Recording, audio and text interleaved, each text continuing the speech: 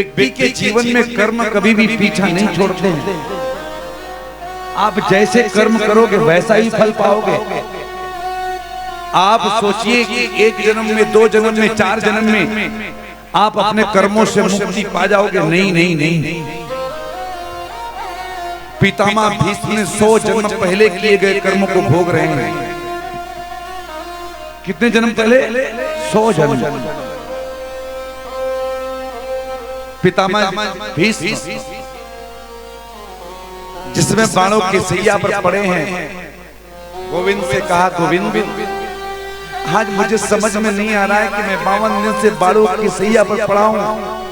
मुझे इच्छा मृत्यु को वरदान है, लेकिन उसके बाद में भी मैं चाह करके मर नहीं पा रहा।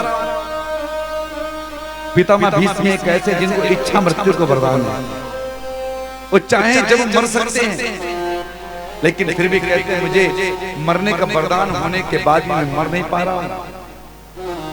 मैंने ऐसे क्या पाप किए जो मैं 52 दिन से बाणों की सैया पर पड़ा हूं? मुझे समझ में नहीं आ रहा है। आप कृपा करके बताइए गोविंद, आप ही बता सकते हैं। पितामह की आंखों में आंसू आ गए। पितामह, गोविंद कृपा करें। आज गोविंद ने कहा, पितामह आप जरा अपने जन्मों को याद करिए, आपने किस जन्म में क्या क्या पाप किए हैं। पितामह भीष्म ने अंतर्ध्यान होकर के देखा। पितामह ने कहा, प्रभु मैंने अपने 100 जन्मों तक को देख लिया है। 1 2 4 6 10 20 50 नहीं, मैंने 100 जन्मों तक को देखा। मैंने कभी किसी को दुख नहीं दिया है, मैंने कभी किसी को कष्ट नहीं दिया है, मैंने कभी किसी के साथ में कोई अपराध नहीं किया है। उसके बाद में भी समझ में नहीं आता मैं 52 दिन से बाणों की सैया पर क्यों पड़ा हूं। आज उसी समय पर गोविंद ने कहा, नहीं पितामह आप थोड़ा सा और पीछे जाओ ना।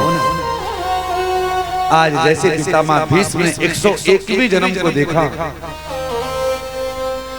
उसी समय पर देखा कि मैं 101वें जन्म में एक राजकुमार था, और एक राजकुमार होकर के मैं घोड़े पे सवार होकर के और मैं जंगल में आखेट खेलने के लिए जा रहा था, शिकार खेलने के लिए जा रहा था।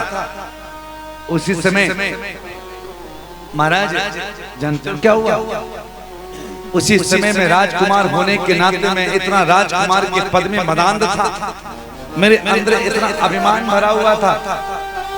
और उसी समय में रास्ते जिससे जा रहा था, उसी समय रास्ते पे जो है एक सर्प पड़ा हुआ था।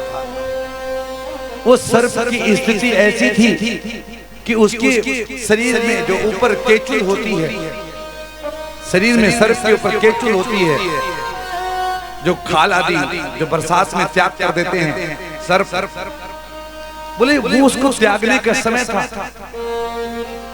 उस समय उसके शरीर में बहुत पीड़ा हो रही थी,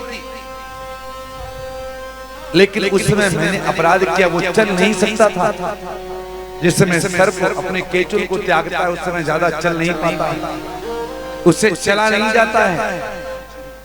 आज उसी समय भक्तों जानते हो, पितामह भीष्म ने कहा, मैंने उसी समय देखा कि वो सर्प चल नहीं पड़ा, लेकिन मैं राजकुमार के पद में मदान्ध होकर के अपने तरकस से बाण को निकाला और अपने धनुष पर चढ़ा करके, और मैंने बाण से उस सर्प को छेद करके और बाण से उठा करके मैंने कांटों की झाड़ियों पर डाल दिया। वो सर्प 52 दिन तक कांटों की झाड़ी पर पड़ा रहा।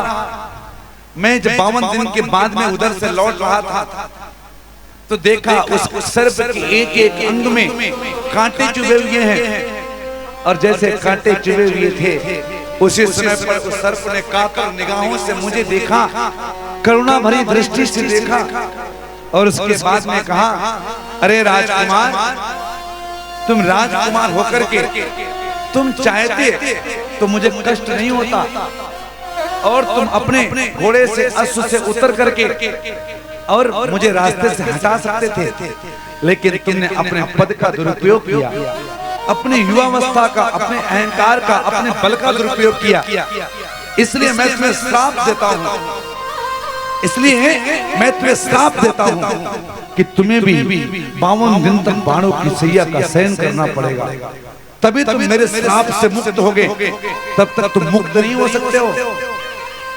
आज जैसे इस अपराध को पितामह भीष्म ने देखा, उसी समय बड़ी तेजी से रोए,